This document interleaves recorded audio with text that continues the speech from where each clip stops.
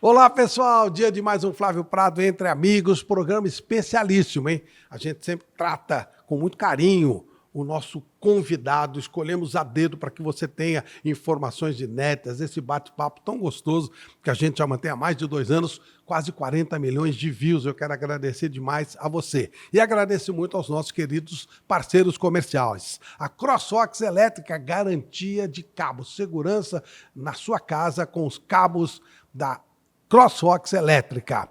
Alibec Alimentos, alimento de alta qualidade para você que gosta de comida saudável e de alto nível. Alibec Alimentos. Lux Color, a tinta da pintura inteligente, essa eu garanto, é sensacional e tradicional, a nossa Lux Color. Debrete, a churrascaria, uma rede espetacular, crescendo cada vez mais. A melhor carne de São Paulo, você vai curtir demais, você e sua família. Grupo Hall Center, agora internacional, hein? Grupo Hall Center, muito especializado em esteiras condutoras, agora também com redutores de tudo para pronta entrega. Maravilhoso o Grupo Hall Center. Baltec Brasil é a empresa que mais cria produtos. Você vai lá no site da Baltec, tem sempre uma novidade, impermeabilizantes, todo tipo de coisa que você precisa para a sua casa. Atlântica Máquinas. Você está querendo começar um novo negócio, você não quer investir muito, mantenha contato com a Atlântica Máquinas, porque aí você vai achar aquele negócio que você precisa para começar. Depois você vai dar um impulso grande e vai comprar outras máquinas da Atlântica que vão render muito mais para você. Prêmio Auto Shop São Bernardo. Prêmio Auto Shop de São Bernardo tem tudo para o seu carro, hein? Você quer comprar, vender, fazer seguro, financiar, tá tudo lá no Prêmio Auto Shop de São Bernardo. Saúde é fundamental, não é? Ampla Saúde é o plano laranja que garante a sua saúde, garante a sua segurança na hora que você precisa, mas mais do que qualquer coisa, preocupa-se em manter a sua saúde, para que ela não tenha problemas, que você nem precise usar médicos, clínicas, que se precisar também, você terá gente especializada. Mas a Ampla Saúde cuida no seu dia a dia da sua saúde. Banco BR M1. Conheço o Banco BR M1, um banco crescendo muito na América toda, nos Estados Unidos, na Argentina, Banco BR M1. E Acro Cabos de Aço. A Acro é um sucesso. Tudo em cabos de aço, tradição, anos e anos aí, sempre mostrando serviço, mostrando cada vez mais competência e segurança para a sua empresa, para a sua casa, para tudo que você precisar. E quero agradecer também o apoio da Deca Sports, da Faz Comunicação Visual e também da Blue Finance. Vamos então a mais um programa especial, mais um Flávio Prado Entre Amigos começando. Tenho certeza que você vai gostar.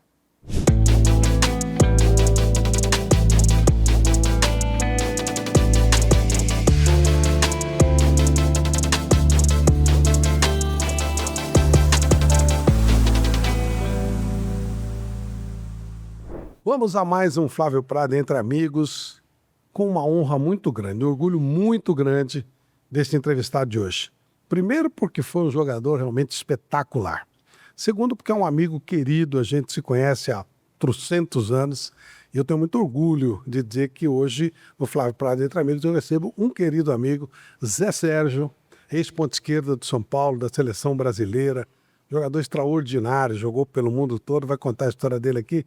Zé Sérgio, obrigado por atender o nosso convite, é muito prazeroso falar com você. O prazer é meu, Flávio. Prazer muito grande. Lembrando, né, daquela época, da nossa época de ouro aqui do futebol brasileiro, né? Então, prazer muito grande.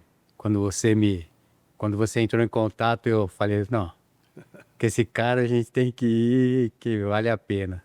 É um prazer muito grande. É uma honra, Zé. Bom, vamos lá. Eu te conheço desde novinho, também era novinho, mas você aparece no futebol até de uma maneira curiosa. Você é destro, foi jogar de ponta esquerda, por quê? Então, quando eu tinha uns 12 anos mais ou menos, eu era ponta direita, eu jogava muito no Indiano, né? E eu era pontinha, sempre fui meio rápido, pequenininho. E aí eu tive um probleminha na perna direita, jogava muito futebol de salão ali no bairro do Butantã. Eu tive um probleminha na perna direita, na coxa, aí eu coloco, para não parar de jogar, eu comecei a só chutar com a perna esquerda. E aí, com a perna esquerda, foi. É uma idade boa para você se adaptar a essa situação. e acabei sendo ambidestro. Aí eu continuei jogando no Indiano, aí nos times, tinha o time da família, do Rivelino e tal, meu pai jogava junto, e eu jogava na ponta esquerda já fazendo essa situação mais com a perna direita. Eu sou, na verdade, destro, né? Mas onde a bola caía ali, a gente se divertia lá. Então foi para aquele lado e também que o Paulo César Caju era também destro, né? E ele jogava na ponta esquerda. Na verdade, eu era fã do Edu dos Santos, mas o Edu é canhoto. Mas também quando ele jogava na direita, ele trabalhava bem com a perna esquerda. Então, essas observações aí acabam deixando a gente um pouco adiantado na situação. E eu fui para a ponta esquerda lá no São Paulo, já na base eu fui de ponta esquerda, né, para o lado esquerdo, e aí tive essa oportunidade de jogar no time de São Paulo. Ô Zé, e tinha também uma situação que eu lembro, tinha um ponta direita que era visto como um fenômeno, o Fumê. Então era uma competição que era complicada, porque o Fumê era um astro da base e tal. Também a esquerda talvez estivesse mais aberto naquele momento, né? Então, ali é interessante, né? No profissional, quando estava na base, o ponto esquerdo era o Zé Carlos Serrão, não tinha ponto esquerdo. Ele usava, o Poi usava o Serrão como meia, mas ele também era destro. O Piau também era o outro ponto esquerda, mas também era destro, né? Então deu para encaixar direitinho. Na base, o Fumê era meio mais ponta direita, né? E tinha também na época o Valtinho, que também Também, ótimo. foi até na seleção de base, seleção brasileira, também ponta direita. Então, era mais. A época do futebol brasileiro, na minha época, não tinha muito ponta esquerda. Geralmente usava mais um ponta direita, né? Os times. E faziam um ponta falso. Como foi em 70, né? Com o Rivelino pela esquerda ali. E então o pessoal não usava tanto o lado esquerdo, mas eu tive essa oportunidade justamente porque era um ponto ofensivo que usava as duas pernas ali daquele lado, né? Então eu levei a vantagem, tive essa oportunidade e acabei ficando. Qual é o seu grau de parentesco com o Rivelino?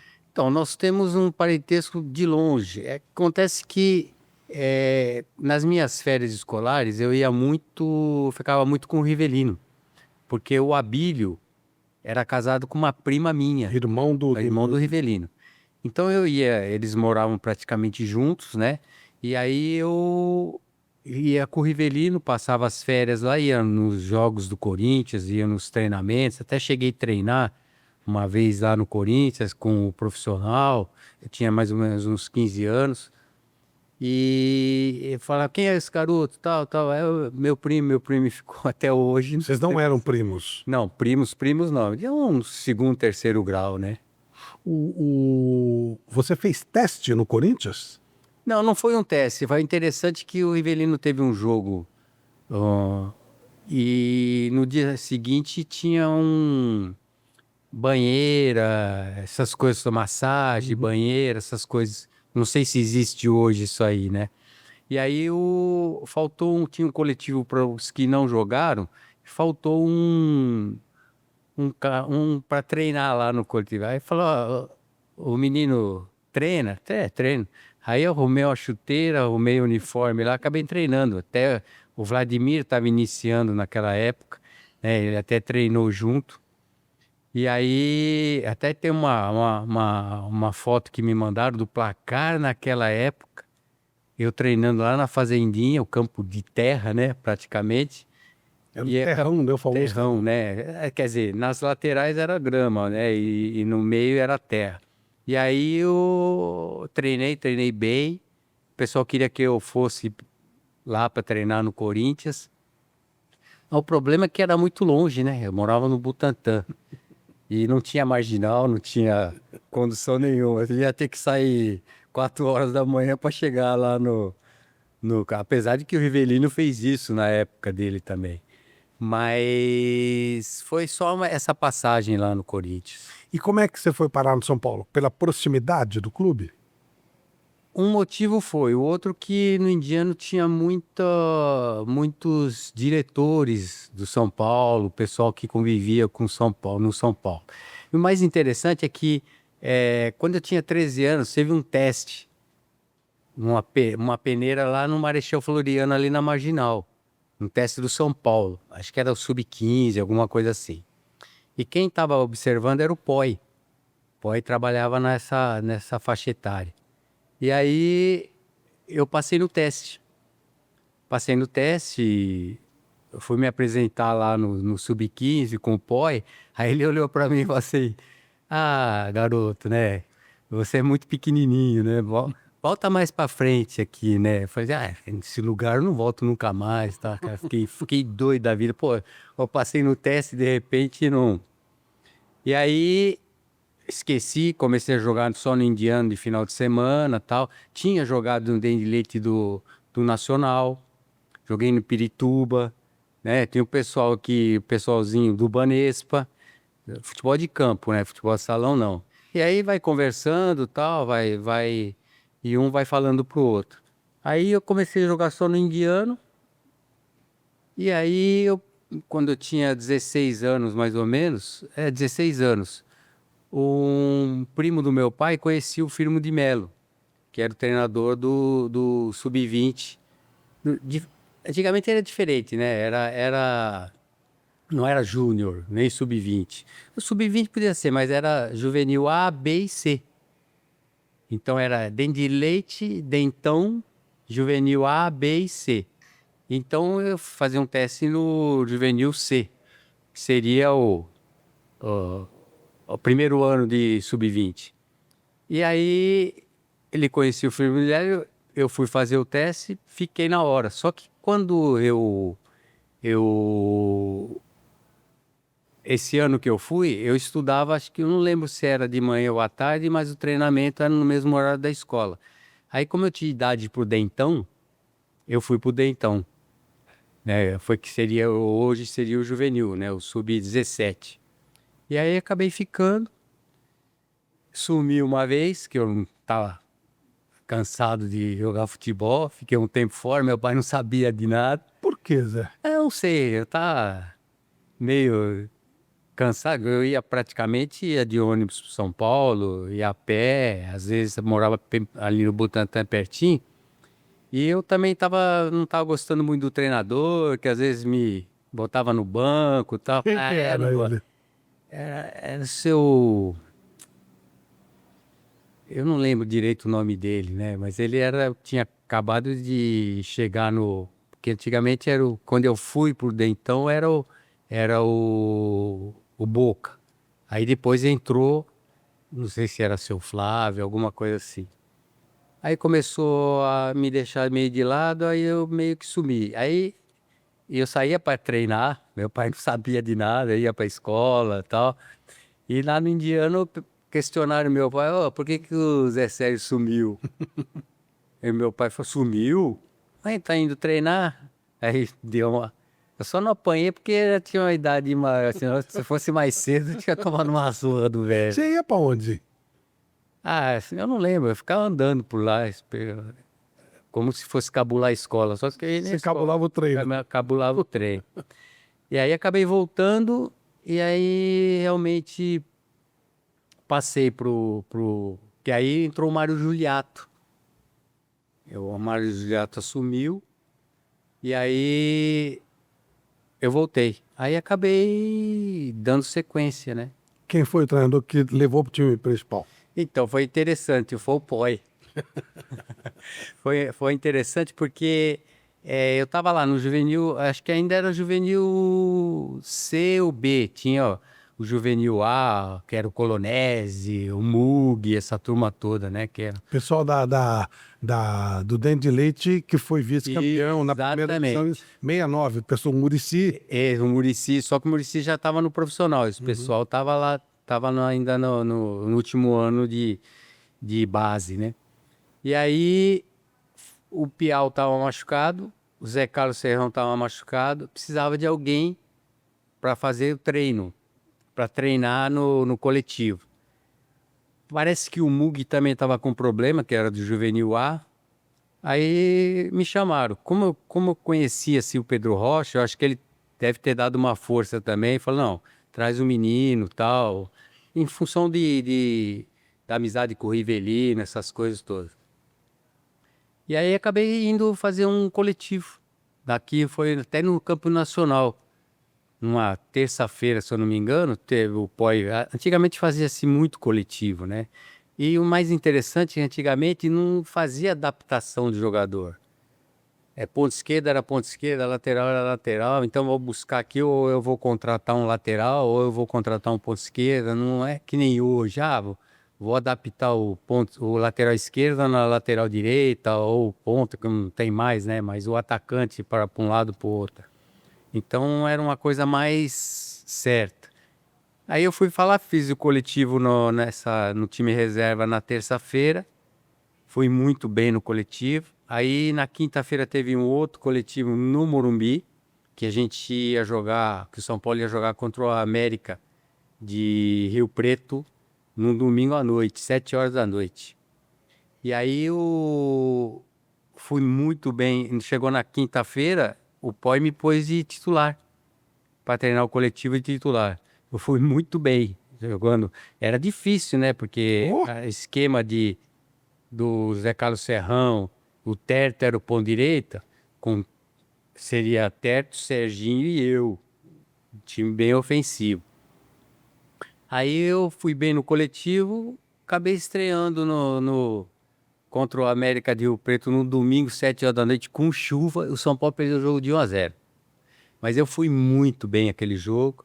Aí nunca mais voltei pra base. Aí fiquei no profissional. o Poi lembrou que você era o baixinho que ele Não. passou? Não? Você nunca falou com ele? eu não sei. Ele era meio bravo também, né? O Poi era bravo demais, cara. Eu lembro, o Poi, ele é disciplinador e coisas assim. E os caras faziam sacanagem, né? Uma vez nós íamos jogar no interior, paramos num restaurante para almoçar e o pessoal, na hora da sobremesa, moleque, né? Começa. E os caras ficavam, né? O Arlindo, principalmente, pega mais, pega mais. Se serve aí, se serve aí. Eu enchi meu prato sobre, rapaz. O pai chegou atrás de mim e falou assim: "Ai, menino, se fizer isso de novo, não vai vir mais." E os caras dando gargalhada. Todo mundo conhecia o Poi, né? Assim, ele tava começando.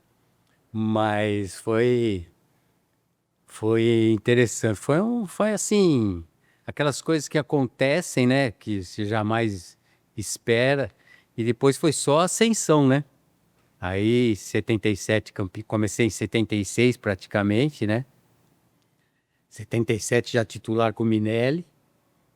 78, 79, até vi as contusões, né? Depois que vieram as contusões, aí foi problema. Antes das condições, você passa pela seleção brasileira. Quem te chamou para a seleção? Foi o Coutinho. Porque, em função de um jogo, uma que foi 77, que campeão brasileiro lá no Mineirão, eu comecei de ponta direita, depois aquele jogo praticamente eu joguei só de ponta direita, entrei no finalzinho na ponta esquerda.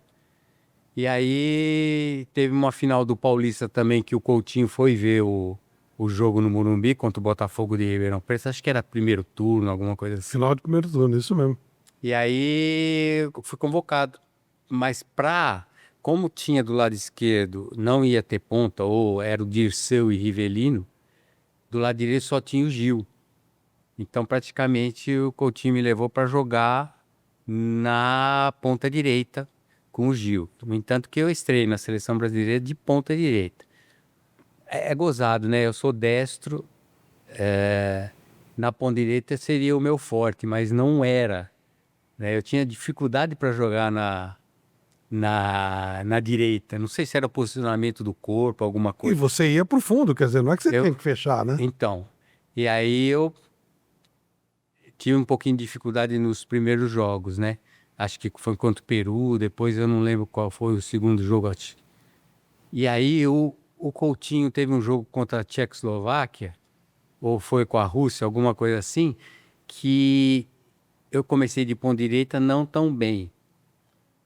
Aí eu fui no intervalo e me botou na ponta esquerda. Aí eu arrebentei na ponta esquerda, né? Do lado do Rivelino ali, você queria o quê?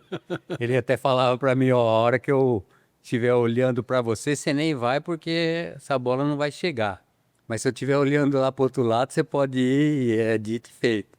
A hora que ele olhava lá pra ponta direita lá, eu já saía correndo, a bola chegava no pé da gente. Era Sensacional. incrível, né? E você conhecia ele muito bem até como pessoa, né? É, a gente conversava bastante. E antigamente, né, Flávio, era diferente. O treinador, não que ele era um coadjuvante, mas o treinador, ele dava as instruções. Eu trabalhei com grandes treinadores, mas nada assim que pudesse de tática, de coisa. Quem resolvia os problemas dentro de campo eram os jogadores. Se conversava muito. Não ficava se olhando pro treinador, como é hoje, para ver o que é para fazer. Treinador jogando, não sou contra isso aí. É a maneira, mas sentir um pouquinho do poder de decisão do jogador dentro de campo e autonomia dentro da posição. Eu acho que eu sabia o que eu tinha que fazer dentro de campo, né? Então eu vou lá fazer a minha função. Não tinha que ficar falando isso aqui. Cada um tinha a sua função. E aí, lá dentro do campo, a mesma coisa no São Paulo, com o Pedro Rocha, com o Chicão. Ô Zé, faz isso aqui, faz aquilo ali, ó. Finge que vai, vem receber e vai na frente com o pessoal, entendeu? Era muito diferente do que é hoje. Até o Minelli dava esse tipo de autonomia. O Minelli dava. O Minelli dava. Inclusive, ele ficava bravo quando a gente fugia da característica. Ou ia para receber, ou ia para armar, alguma coisa assim que às vezes dava na cabeça de fazer. Aí ele chamava atenção, falou, não é para fazer isso, é para fazer o que você sabe fazer. Então era um pouquinho diferente o futebol, né? E aí fiquei acabando ficando na seleção lá, sendo convocado para... Porque na época também tava para ser cortado um, né? Então tava... Na época tava ou seria cortado eu, ou o Dinamite, ou o Nunes. Só que o Nunes teve uma torção do tornozelo e acabou sendo cortado e eu fui para a Copa de 78, não joguei, não fiquei no banco, não aconteceu nada. Eu iria, a projeção seria para 82 mesmo, no Foi entanto preparado para 82. que em 79, 80, eu era titular da seleção brasileira. Até 81, até me machucar, eu era titular. Eu tinha, sim, praticamente para 82, praticamente era eu e o Éder. Depois de muita disputa, né? Porque na época tinha Joãozinho, tinha o Zezé do Fluminense, o Uri Geller do Flamengo, tinha ponta esquerda pra caramba. Cara muito bom. E aí foi indo, acabei... E em 78, 77 eu fui a revelação do brasileiro, né?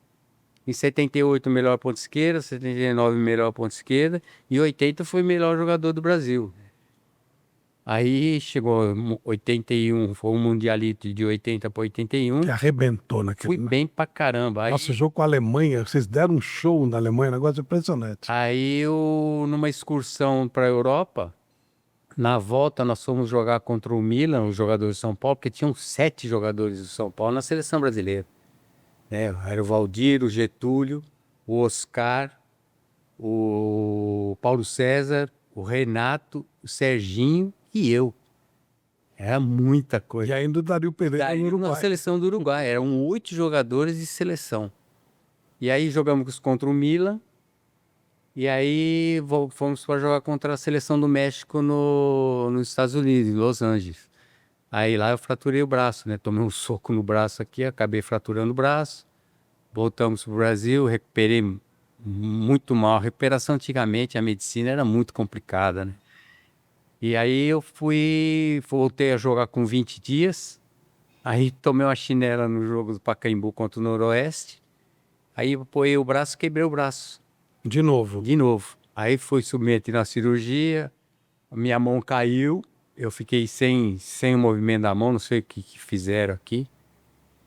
E aí demorou mais a mão do que o próprio, porque foi colocado uma placa e tal. E aí nesse meio tempo eu torci o joelho. Tirou o osso da cricelíaco. Era bem Quer dizer, complicado. começou com o braço e acabou implicando Acabou no o joelho. joelho.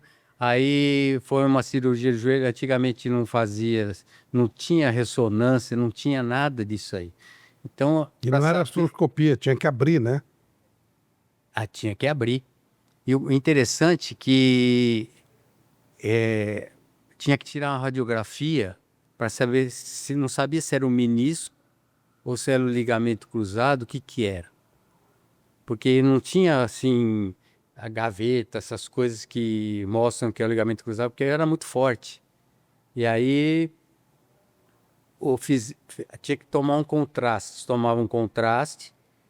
Aí se tivesse o menisco, ele mostraria na radiografia. Não era o menisco. Ah, volta a treinar. Voltei a treinar pulando estaca, aí torci o joelho de novo. Aí foi para cirurgia para saber o que que é. No fim é ligamento cruzado.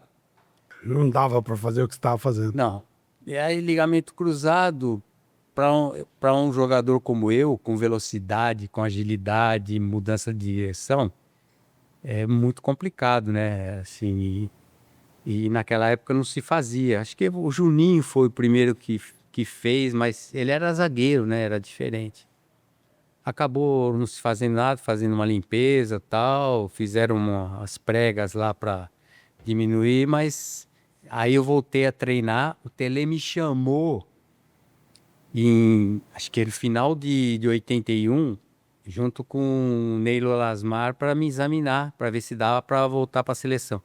Aí o Neilo detectou que tinha um menisco estourado. Aí me arrancaram o menisco inteirinho.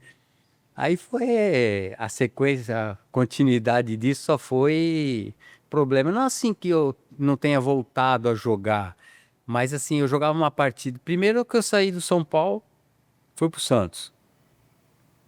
Se não tivesse contusão, não seria a sequência seria outra.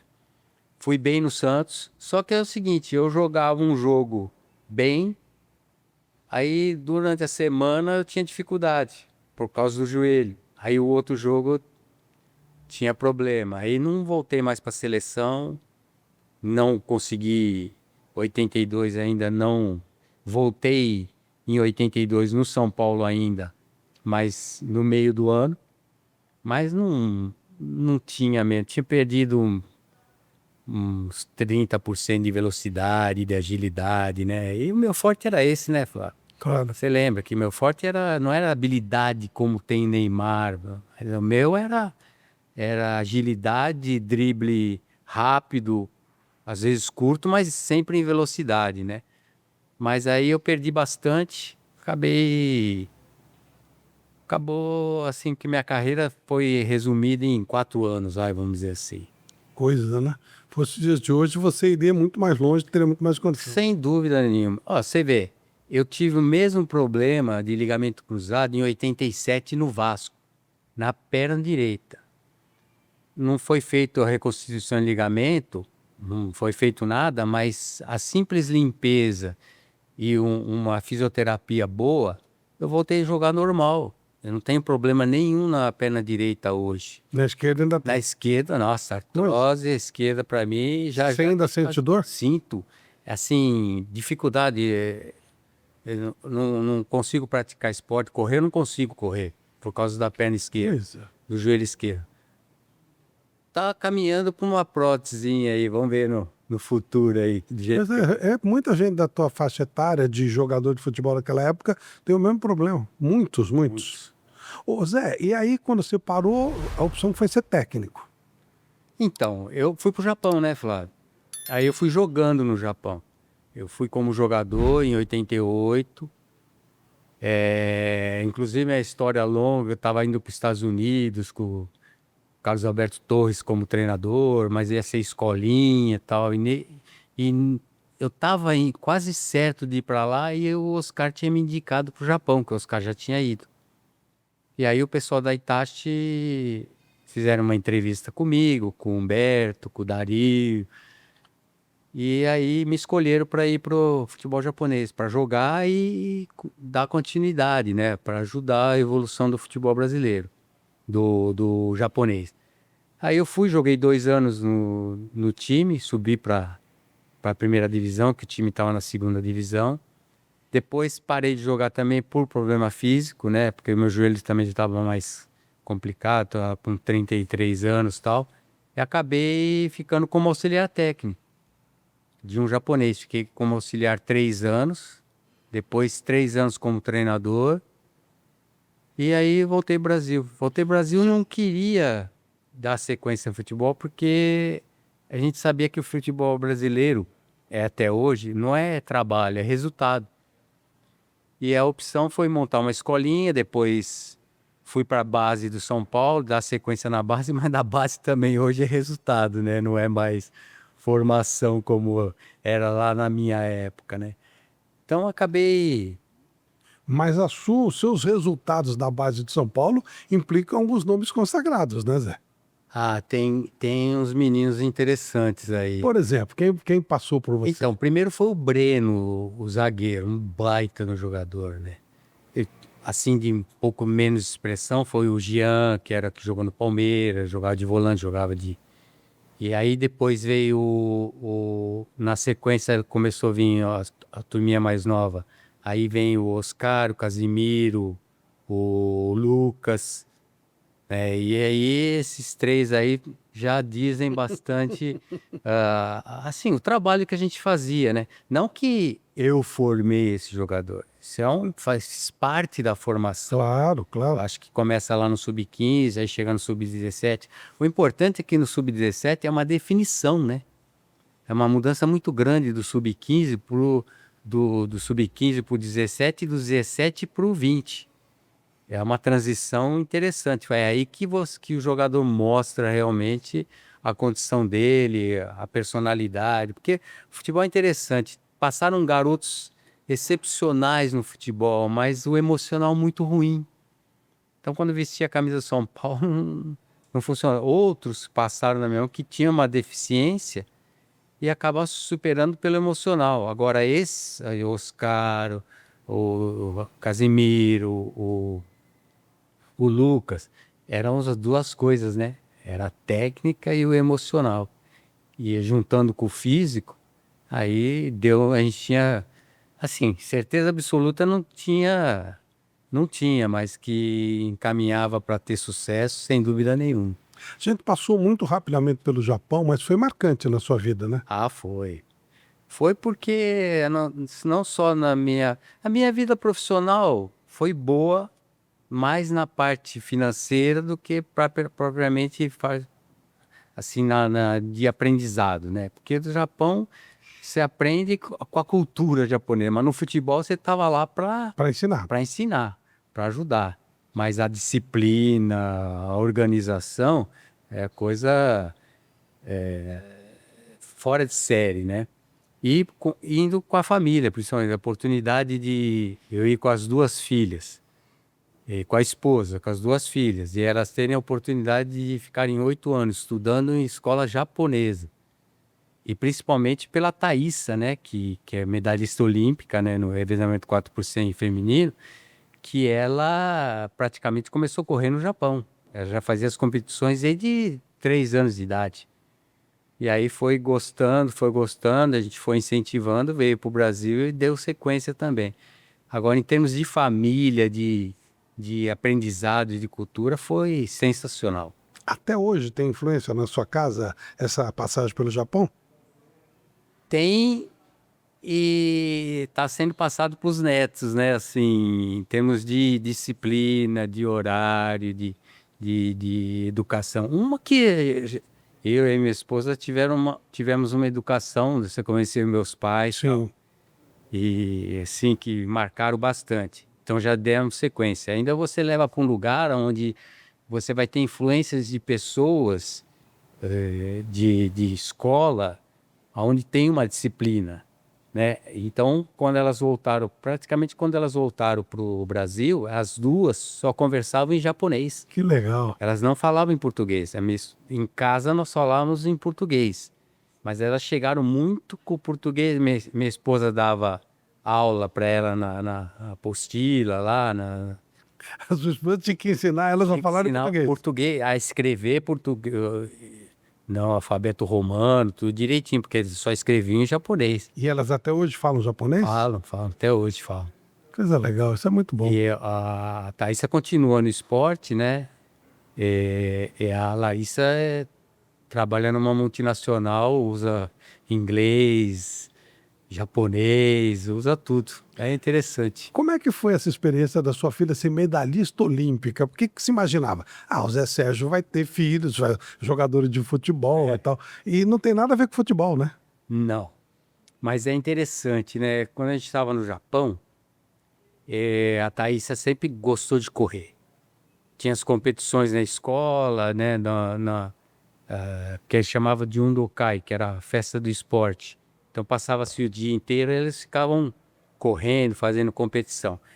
E ia ter uma competição estadual, ela foi convidada para ir, né? Porque começava no estádio, dava uma volta no estádio todinho e voltava lá dentro da pista.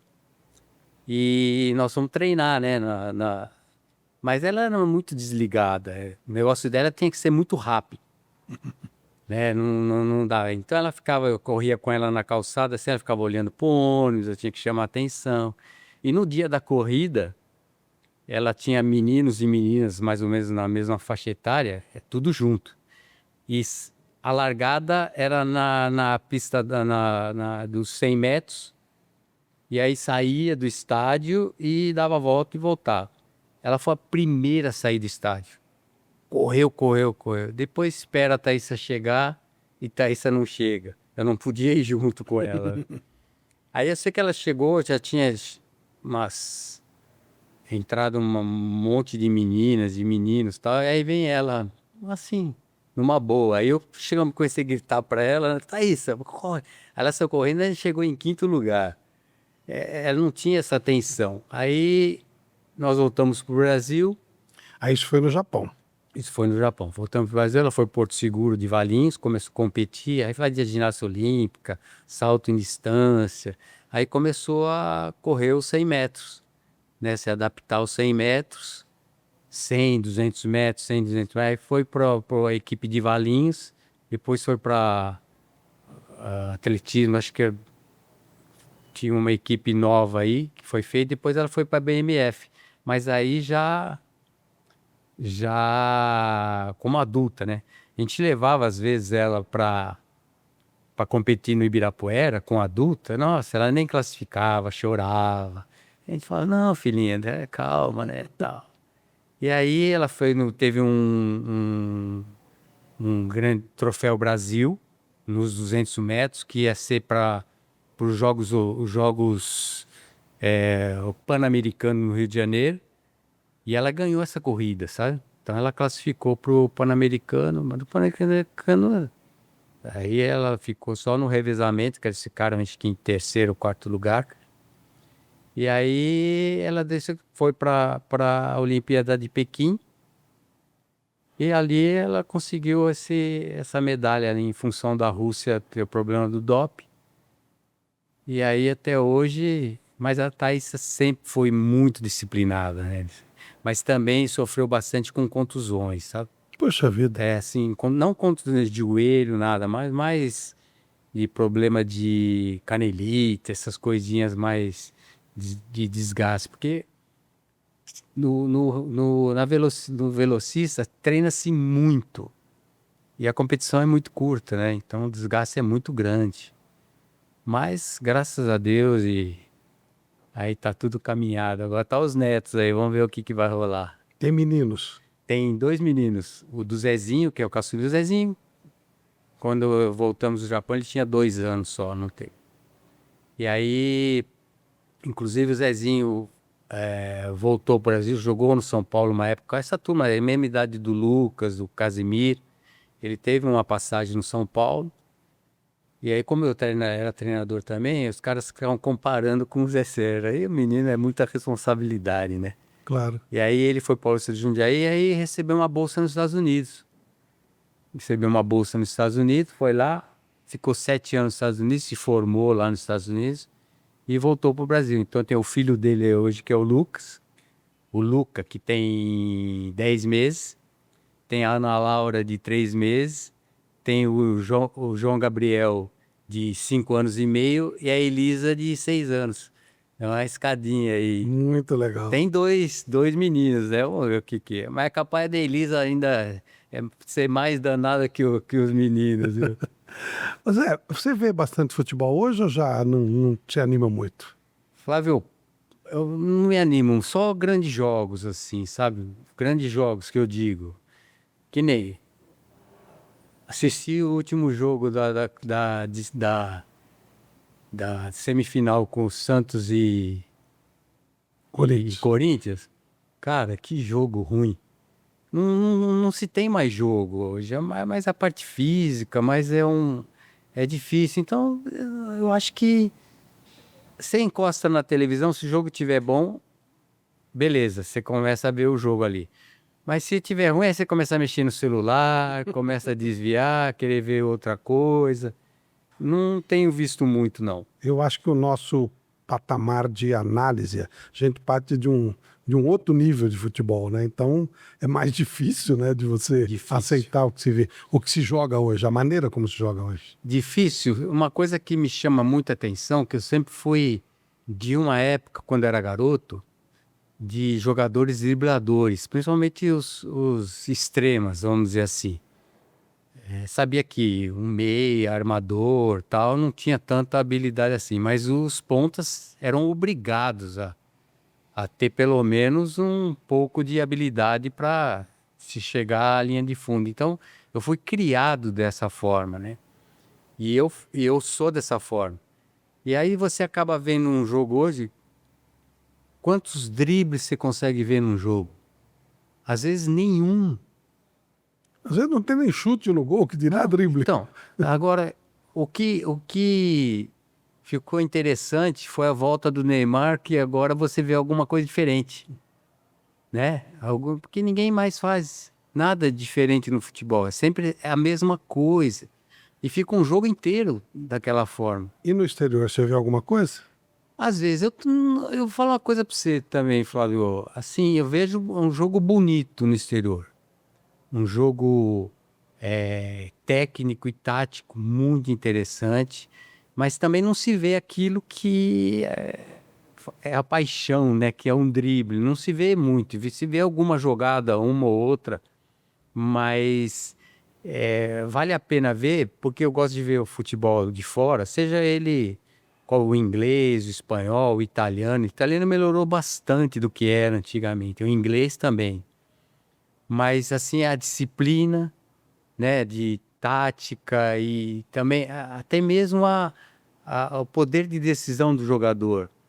Eles têm muito mais poder de decisão do que a gente tem aqui hoje, né? Então você vê e outra coisa que eu gosto de ver de o jogo do fora é que ninguém reclama. Com arbitragem, com outro jogador. Aqui só tem confusão, vamos dizer assim. Tem jogador falando, fala, reclama daqui, reclama, Se joga. cai, simula. O outro chega, dá cada pancada aí sem pé, sem cabeça, né? Umas coisas assim que não é legal de ver. Talvez para a torcida seja lá dentro do estádio, tá, do time que é contra o adversário, mas para quem gosta de futebol não é uma paixão, né? Por falar nisso, você viveu uma fase que a gente chamava de anos de ouro do futebol, do Brasil principalmente. Qual é o maior jogador que você viu jogar dentro de campo? Ah, É que você não viu o Pelé, você não jogou o não, Pelé, não então joguei ele com tá Pelé, fora. eu não vi. Eu só vi, assim, muito pouco, vi na Copa de 70 e tal. Mas que eu, dentro de campo, tem o Rivelino na seleção brasileira, que é impressionante, assim, a, a inteligência para jogar, entendeu? A visão de jogo. Parecia que ele não tava olhando pro chão, a bola, tal, mas ele tava vendo muito além do como meia armador, tá? Que hoje não existe mais. Aí você vai jogar com o Zico na seleção brasileira, que já é um meia atacante, com características diferentes, com uma inteligência, né? Com uma facilidade que a gente tem para jogar. Aí você joga com Sócrates, que também é uma inteligência. Então esses jogadores. E um primeiro que eu iniciei foi o Pedro Rocha. Um cara que, pô, estreiei com ele jogando. Cara que tem uma visão também forte, sério. Então esses caras todos aí foram os que mais chamaram a minha atenção em termos de meias, né? Aí você pega lá na frente um Careca, você pega um Serginho Chulapa, pô, você pega Reinaldo na seleção brasileira, Dinamite, aí no Vasco Romário. É diferente, né, do que você vai ver hoje com o cara que vai começar a jogar, né? Tem algum driblador nos dias de hoje que você gosta? Ah, o Estevão, né? Eu acho que esse tema é interessante, né? O Vinícius Júnior, ele é um atacante que precisa de espaço para jogar, né? Ele é habilidoso, mas em velocidade mais ou menos como eu era. Talvez seja mais habilidoso fazendo mais malabarismo com a bola. O Estevão, ele não pode ter espaço. Ele tem que ter. Ele não, sem espaço ele resolve o problema. Porque ele não tem uma velocidade longa assim com a bola, né? É coisinha curta, ele resolve o problema ali, é fora de série, né? Então esses jogadores são, sem contar o Neymar, né? Que assim, também o Neymar já não é mesmo o Neymar que iniciou no Santos, que teve. Ele hoje é mais um armador, mas a habilidade dele é impressionante, né? O Neymar jogaria na tua época? Ah, jogaria. Jogaria. Com essa habilidade dele, jogaria. Na seleção de 82 ele teria lugar, Zé? Ah, teria. Teria. É interessante de 82, né? A gente costuma com amigos conversar. Faltou um cara dessa forma. Não é porque eu tô aqui, mas faltou um jogador como eu, Um driblador. um driblador, que não tinha. E outra, se fosse o Careca, o centroavante, iria combinar com Zico e Sócrates. Como era o Chulapa, não combina com o estilo de jogo do Zico, do Sócrates. Precisava de alguém pelos lados, né? Precisava de alguém para a bola vir chegar nele, porque ele não consegue jogar de costas, né? Fazer paredão, não era assim. O Careca já funcionaria porque o Careca dá sequência à jogada, é mais habilidoso. Então, se eu tivesse lá, talvez, não que o Éder foi bem pra caramba, Nossa, mas se só foi. que o Éder era um meia também, né? Não era um ponta. Talvez se eu tivesse lá em algumas situações, eu poderia ajudar muito a seleção brasileira. Agora o Neymar, com certeza. É a mesma coisa que se você vai falar se o Pelé não jogaria hoje. Tem gente que fala que não. Mesma coisa que vai falar se eu não jogaria hoje. Claro que jogaria fácil. E é fácil, porque hoje não tem lateral marcador. Imagina. Teria que ter. Ó, contra o Palmeiras na época era o Rosemiro que atacava, a ver se ele ia atacar. Não ia, que ia ter problema. Então é essa assim, não é questão de ser saudosista ou falar isso ou aquilo. Não, são características, né? O que você falou, o drible. Para a gente finalizar, por que não temos mais pontas? É culpa de quem? Primeiro dos formadores, né? Treinadores você vê, um pouquinho antes era, ou quase na minha época, eram dois pontas. A maioria das equipes jogava no 4-3-3. Aí depois começou a fazer algumas mudanças. Até mesmo o Tele botou. Você vê, na Copa de 82 não tinha nenhum ponta. Até tinha o Jô Soares que fala, né? Põe ponta. Isso Era a mesmo. tradição do futebol. Porque sempre foi, né? Na seleção, é Garrincha, mesmo o Zagallo do lado esquerdo, praticamente era uma característica do futebol brasileiro, né? Com esses pontas aí.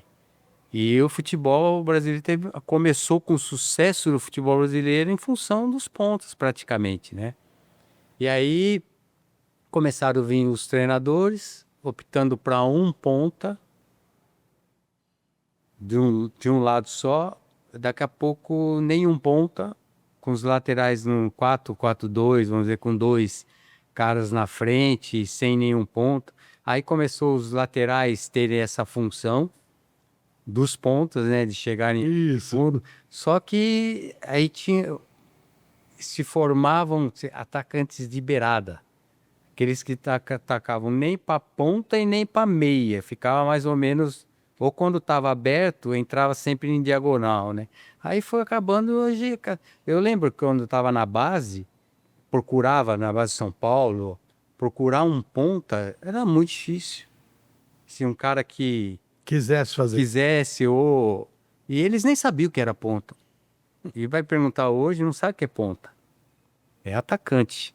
Então, o Lucas tinha características por ser franzino, mas ele também não tinha tanta velocidade, não tinha tanta força para chegar. Porque, na verdade, um ponta tinha que ter velocidade, o drible não era tão importante que a habilidade dele, mas tinha que ter força para chegar ali fundo, para cruzar. Então, essas coisas que não precisa ser grande, né? Podia ser. O pequenininho sempre jogava para a ponta esquerda, para a ponta direita, ponta esquerda. Então foi acabando. E na Europa, de uma forma diferente, começou-se a colocar os pontas, né? Em função do que era o Brasil, né?